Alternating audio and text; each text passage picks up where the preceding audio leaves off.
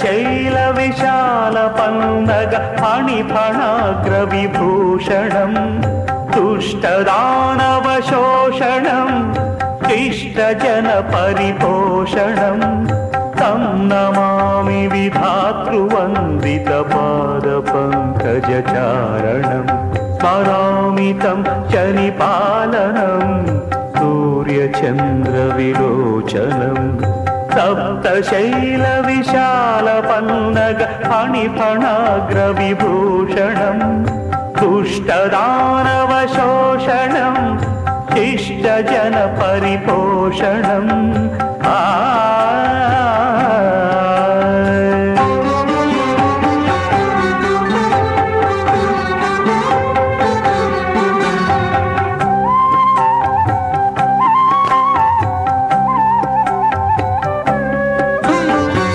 శంకరార్చిత శంకరం శ్రీకరం శివంకరం భూత భౌతిక వర్తమాన త్రికాల పీడా సంహరం సర్వతనుగత దేవతాత్మక మందిరం శుభ సుందరం పాహి మాం పాపాపహం పతిత జీవన పావనం సప్తశైల విశాల పందగ ఫణిఫణాగ్ర విభూషణం దుష్టదానవ శోషణం శిష్ట జన పరిపోషణం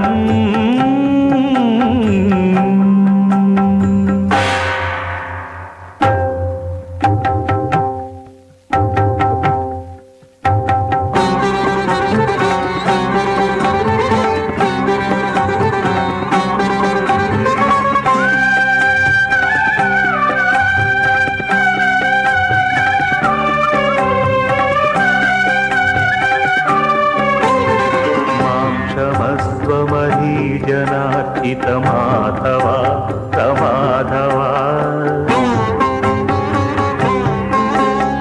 దేహి మాం తవ దర్శనం శ్రీకరాగ్ర సుదర్శనం మత్తమందతమో విదార విశుద్ధ కాంతి నిదర్శనం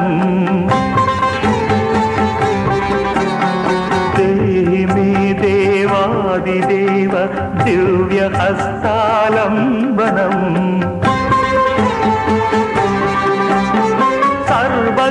సర్వకేల్బిషనాశక శ్రీకలౌ వెంకటనాయక అవధారు మామక దండకం నవగ్రహోజ్వల దీపక వెంకటేశ్వర నామక నవగ్రహోజ్వల దీపక నాయక దీపక నాయక దీపక వెంకటేశ్వర నాయక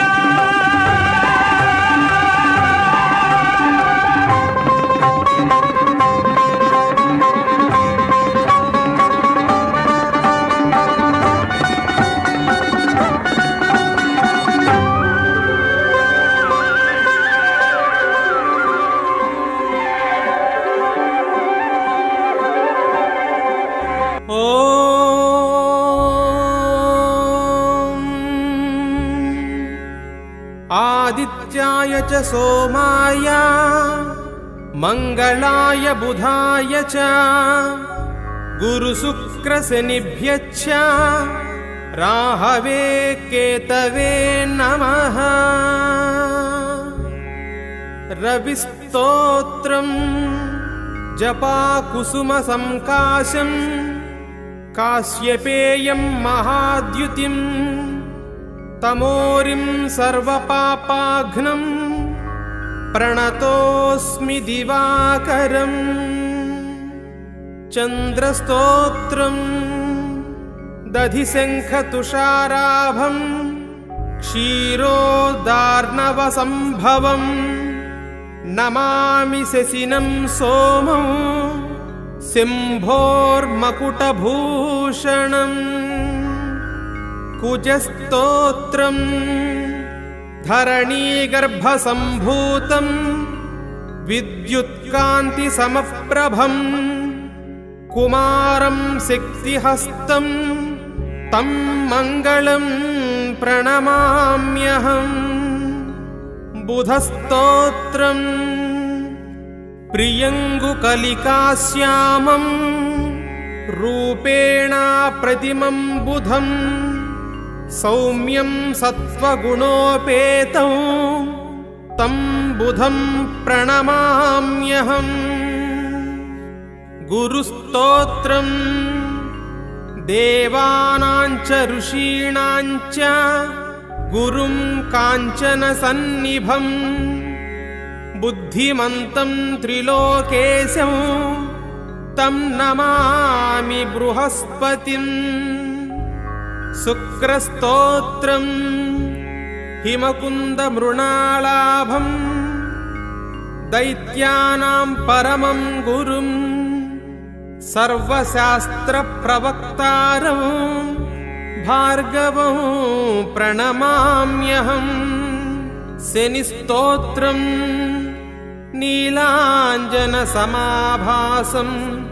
रविपुत्रं यमाग्रजं छायामार्ताण्डसम्भूतं तं नमामि शनैश्चरम् राहुस्तोत्रम् अर्धकायं महावीरं चन्द्रादित्यविमर्दनं सिंहिकागर्भसम्भूतं तं राहुं प्रणमाम्यहम् केतुस्तोत्रं फलासपुष्पसङ्काशं तारकाग्रहमस्तकं रौद्रं रौद्रात्मकं घोरं तं केतुं प्रणमाम्यहम्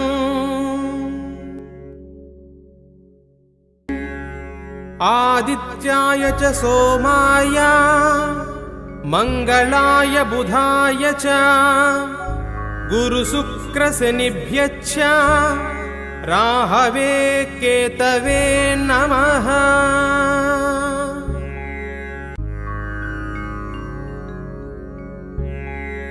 ॐ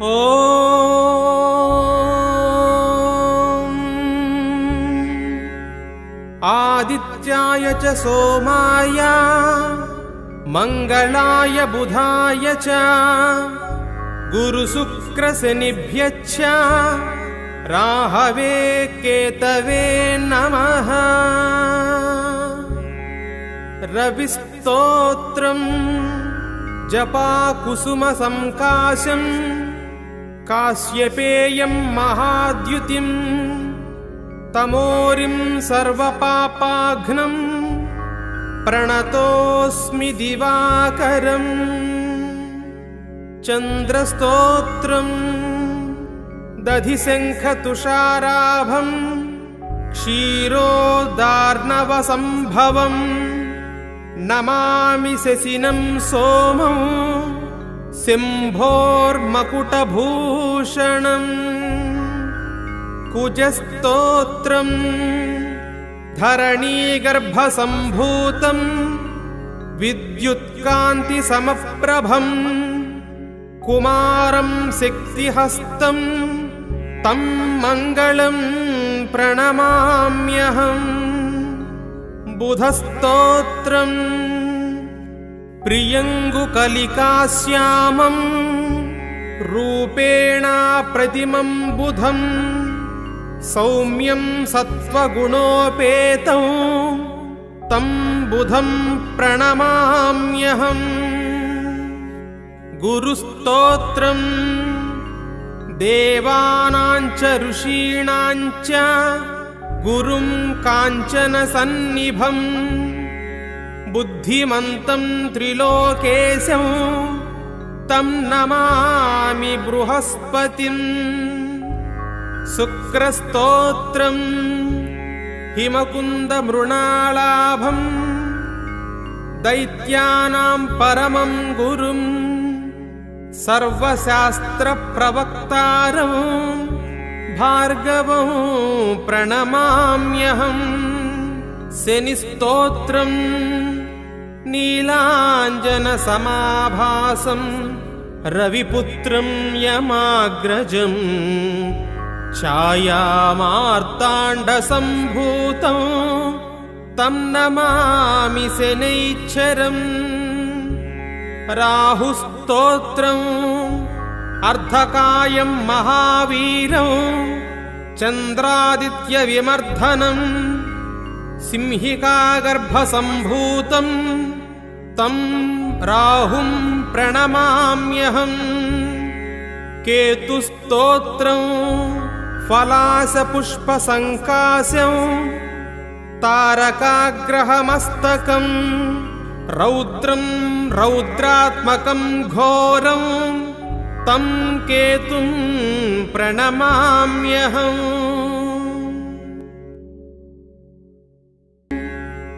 आदित्याय च सोमाय मङ्गलाय बुधाय च गुरुशुक्रशनिभ्यश्च राहवे केतवे नमः।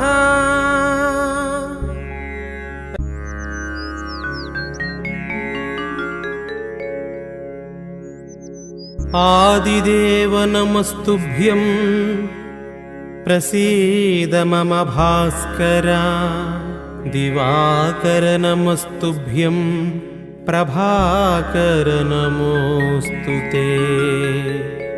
सप्ताश्वरथमारूढं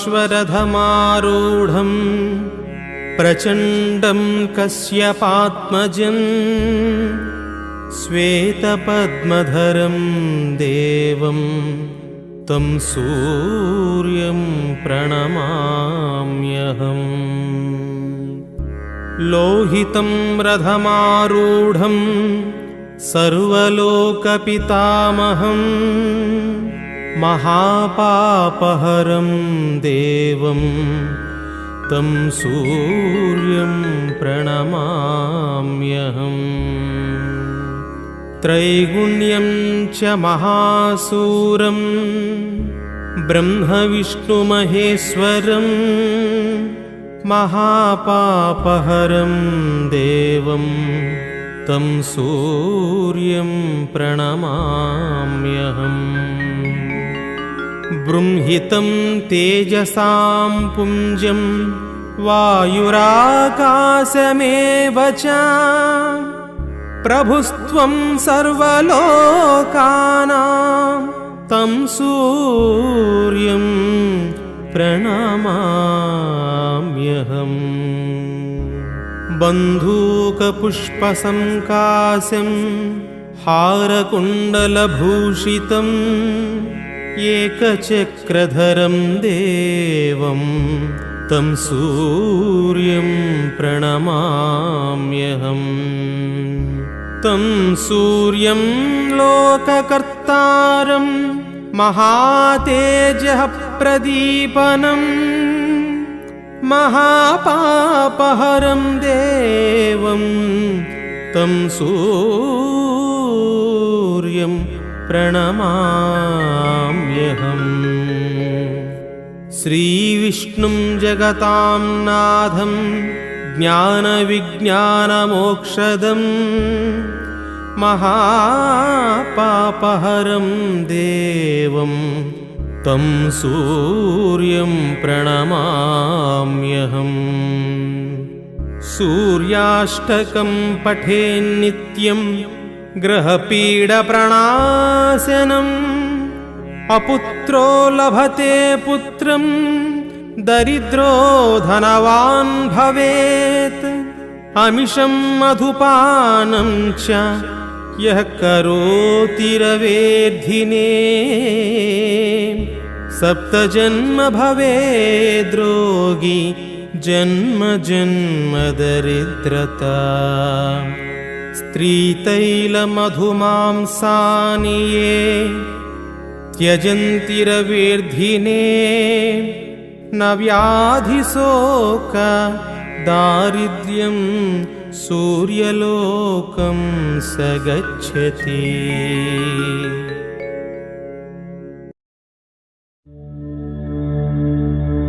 श्री गुरुचरण सरोज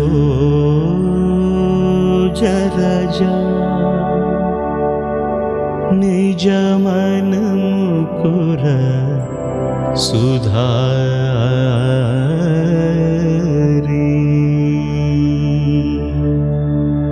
वरण रघुवर विमल यश जोदायक फलचारी बुद्धिहीन तनु जानिकै सुमिरौ पवन कुमार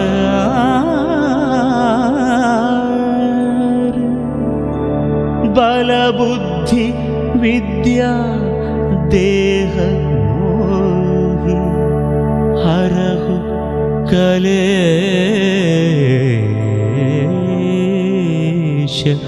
विकार। जय हनुमान जय हनुमान जय हनुमान जय हनुमान जय हनुमान जय हनुमान जय हनुमान जय हनुमान जय हनुमान जय हनुमान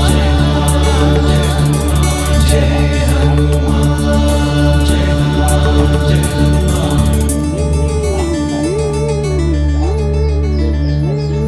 जय जय हनुमान ज्ञान गुण सागर जय कपीश तिहुलोक उजागर रामदूत अतुलित बलधाम अंजनी पुत्र पवन सुत नाम महावीर विक्रम भजरंगी कुमति निवार सुमति के संगी कंचन वरण विराज सुवेश कानन कुंडल कुंचित केश हाथ वज्र ध्वजा विराजै कांधे मूंज जनेऊ छाजै शंकर सुवन केसरी नंदन तेज प्रताप महाजगवंदन विद्यावान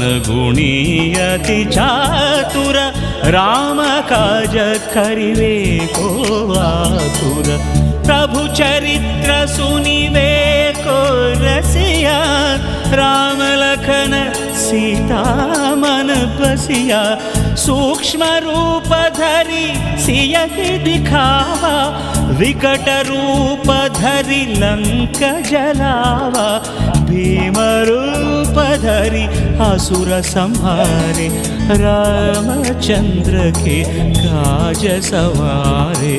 जय हनुमान जय हनुमान जय हनुमान जय हनुमान जय हनुमान जय हनुमान लाय सजीवन लखन जियाय श्री रघुवीर हर शिवर लाय रघुपति कीन्ही बहुत बड़ाई कहा भरत सम तुम प्रिय भाई सहस वदन तुमरो यश गावै अस कहि श्रीपति कंठ लगावै सनकादिक ब्रह्मादि मुनीशा नारद शारद सहित ईशा यम कुबेर दिगपाल जहाँ ते कवि कोविद कही सकै कहाती।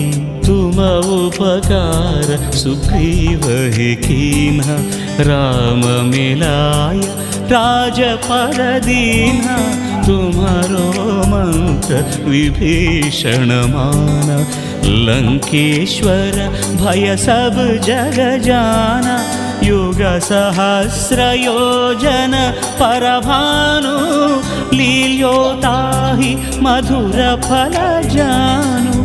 प्रभु मुद्रिका मेलि मुख माहि, जलधि लांघि गए अचर जनाहि। दुर्गम काज जगत के जेते, सुगम अनुग्रह तुम्हारे देते।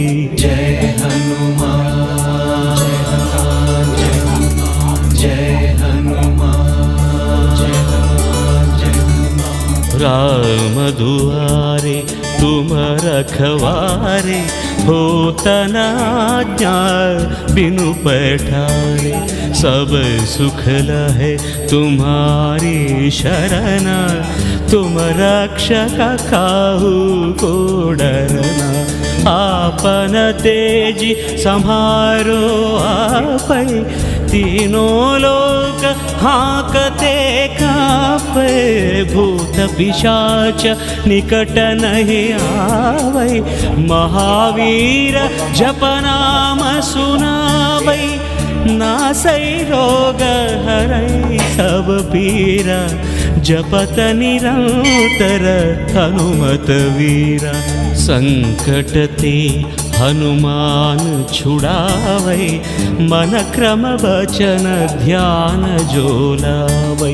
सब पर राम तपस्वी राजा, तिनके काज सकल तुम साजा। और मनोरथ जो कोई लावै, तासु अमित जीवन फल पावै। चारों युग परताप तुम्हारा, है परसिद्धि जगत उजियारा। साधु संत के तुम रखवारे, असुर निकंदन राम दुलारे।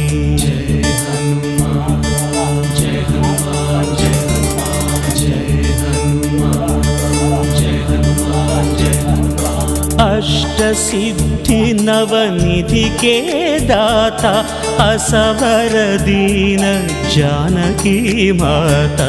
राम रसायन तुम्हारे पासा, सदा रहो रघुपति के दास। तुम्हारे भजन राम को पावै, जन्म जन्म के दुख बिसरावै। अंत काल रघुवर पुर जाई, जहाँ जन्म हरि भक्त कहाई। और देवता चित्तन धरई, हनुमत से सर्व सुख करई। संकट हटई मिटई सब पीरा, जो सुमिरई हनुमत बलवीरा। जय जय जय हनुमान गोसाई, कृपा करो गुरुदेव की नाई। यह शतवार पाठ कर जोई, छूटहि बंदी महासुख होई। जो यह पढ़ई हनुमान चालीसा, होय सिद्धि साखी गौरीसा। तुलसीदास सदा हरि चेरा, की जयनाथ हृदय मह डेरा। राम लक्ष्मण जानकी जय बोलो हनुमान की। राम लक्ष्मण जानकी जय बोलो हनुमान की।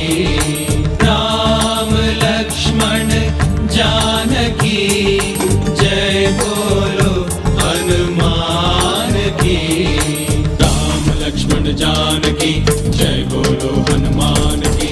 राम लक्ष्मण जानकी जानकी जय बोलो पवन तनय संकट हरन मंगल मूर्ति रूप राम लखन सीता सहित हृदय बसहु सुरभूप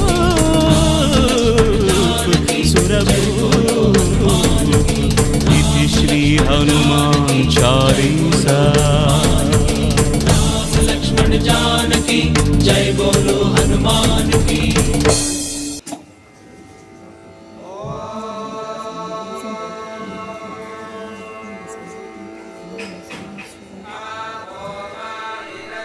श्रीराम राम रामेति श्रीराम राम रामेति रमे रामे मनोरमे रमे रामे मनोरमे सहस्रनाम तत्तुल्यं सहस्रनाम तत्तुल्यं रामनाम वरानने रामनाम वरानने।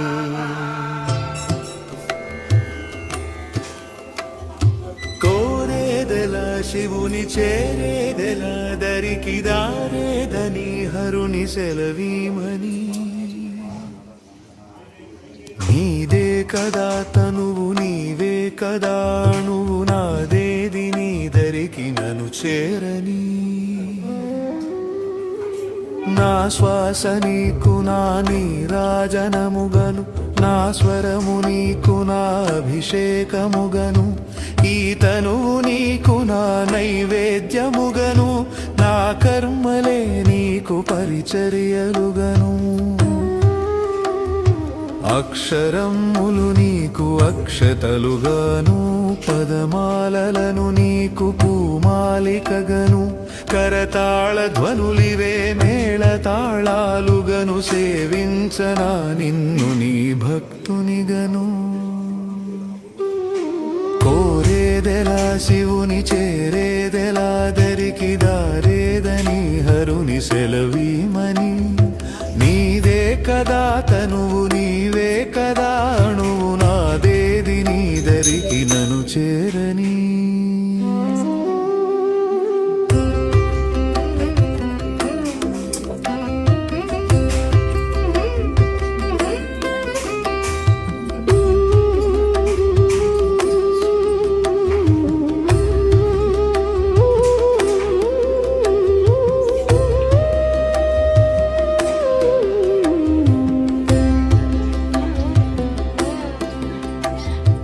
ఏమి వరమయ్య నిను స్తుతించగా నాకు వరము కానిది ఏది నీ జగములోను నీకు సాటెవడయ్య వరములిచ్చుటలోను శరణు గోరిన వాని రక్ష చేయుటలో